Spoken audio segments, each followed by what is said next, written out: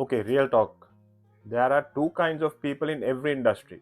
There's the person who works insanely hard, clocking 60-hour weeks, answering every email, grinding every single day, and somehow still feels like they're scraping by.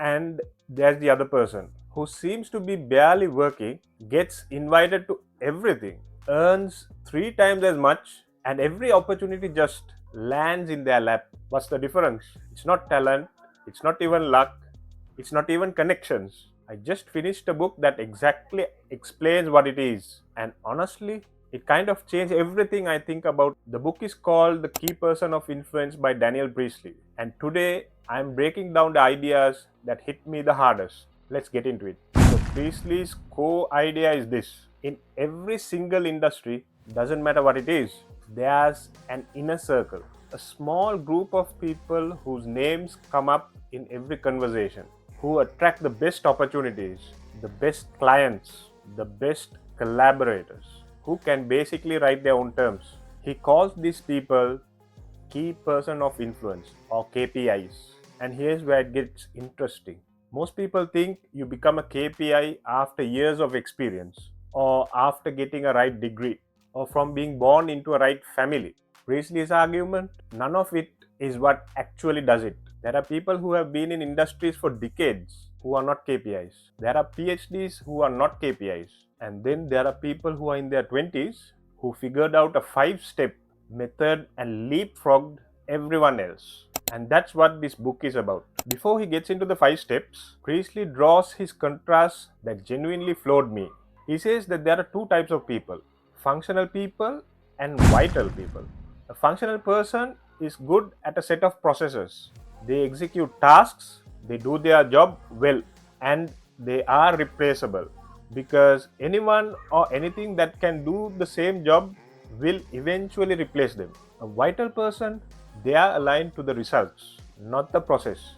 They are so tied to a mission, a vision, a unique perspective that they become almost impossible to overlook. Here's the part that stuck with me. The word vital has two definitions. One is life force, and the other means irreplaceable. A vital person is both. They bring energy that's contagious, and they are the kind of person when they go on a holiday, people are worried they won't come back. A functional person, they're scared to go on holiday. What if they are not needed anymore? And the scary truth to most of us, including myself, at some point are trained to be functional. School trains us to be functional. Most jobs train us to be functional. Learn the process, repeat the process, don't ask too many questions. But functional people are increasingly being replaced by software, automation, and AI. The market doesn't reward functionality anymore, it rewards vitality. So, the question Priestley asks early in this book is, which one are you being right now? Here's one of my favorite parts of the book. Priestley uses this 1800s analogy of Australia. When the British were colonizing the land, the people who got rich were the people who claimed their plot of land and worked it.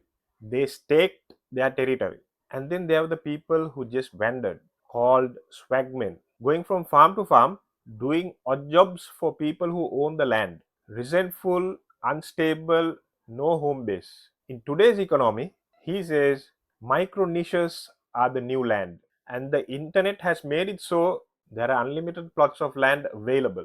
There is no excuse anymore to being a swagman, wandering around, trying to appeal to everyone, standing for nothing. But here's the part that people mess up. They try to pick a niche that's profitable rather than the one they actually care about. And Priestley is blunt: that won't work.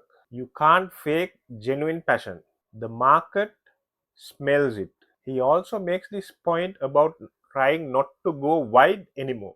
The cast your net wide approach in business is dead. Instead, go tall, deep relationships with a small number of people. The example he uses, even Mark Zuckerberg started with a micro niche. Facebook began as a social network exclusively for Harvard students. Then it slowly expanded, niche by niche. So if you've been trying to appeal to everyone and wondering why nothing is gaining traction, this might be why. Okay, here's the actual framework. Priestley calls this the KPI method, and it has 5 steps. The order matters. He's very clear on that. Step 1, the pitch.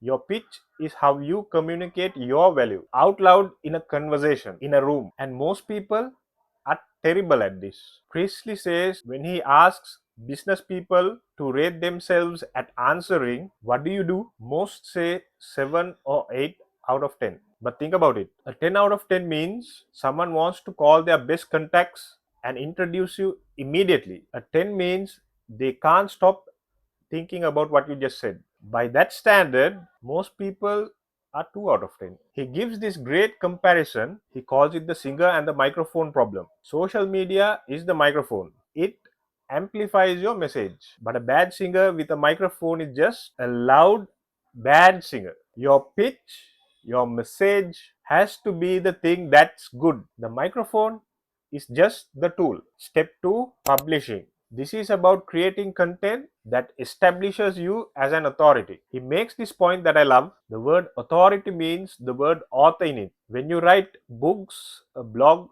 or whatever, you put your name on ideas. You claim territory in the ideas economy. You force yourself to get clearer on what you actually think. And you show up when people Google you. Key people of influence are findable. They leave a trail of thinking and insight. Publishing is how you do that. Step 3, productize. This one is huge for people who trade time for money, which is most people. Priestley argues that until you turn your knowledge and skills into products, you can't scale. You're capped by the hours in a day. Products, whether they are digital courses, books, templates, frameworks, let your value exist independently of you showing up. They create what he calls an ecosystem around your personal brand. And this isn't just for entrepreneurs. Even if you work inside a company, developing your intellectual property, your frameworks, your systems, your unique approach makes you dramatically more valuable. Step 4, profile. This one's straightforward, but most people ignore it.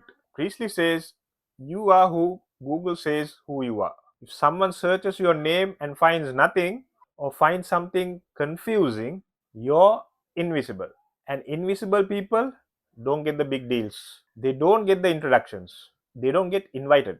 Your job is to build a consistent, coherent profile across platforms that make it obvious that you're a serious player in your space. Step 5, partnerships. This is where the real leverage happens, but only after the first 4 steps are in place. Priestley talks about how key people of influence don't compete, they multiply. When 2 KPIs come together, it's not about dividing a pie, it's about building a bakery. He's talking about strategic collaborations, joint ventures, deals where everyone wins. And the reason why partnerships work only at step 5 is because nobody wants to partner with someone who can't pitch, has no credibility, no products, and no profile. You have to show up as a KPI first. There's a line in this book that I keep coming back to. Priestley says, your best thinking 5 years ago is your baggage today. And I think that's genuinely scary if you sit with it. The decisions most of us made about our careers, our skills, who we associate with, those were all made based on a version of the world that no longer exists. And if we don't actively let go of those assumptions, we are going to keep executing on a plan that was designed for a world that's already gone. He also says something that I think is really freeing. You're already standing on top of a mountain of value. Your story, your experiences, the things you take for granted, they are more valuable than you think. You just haven't packaged them yet. That's the shift from consuming to producing, from waiting to be discovered to stepping forward and claiming your position. So look, if I want one thing that you need to take out from this video, it's this. The difference between the people in the inner circle and people fighting for scraps on the outside isn't talent or luck. It's whether or not they've positioned themselves as a key person of influence. And positioning, it's a choice, it's a method. Pitch, publish, productize, profile, and partnerships. You don't need more qualifications. You don't need more years. You need to start showing up like you're already the person you're trying to become. If this video gave you something to think about, drop it in the comments. I want to hear which of the 5 steps you're actually going to work on. Subscribe if you're new. I'll see you in the next one.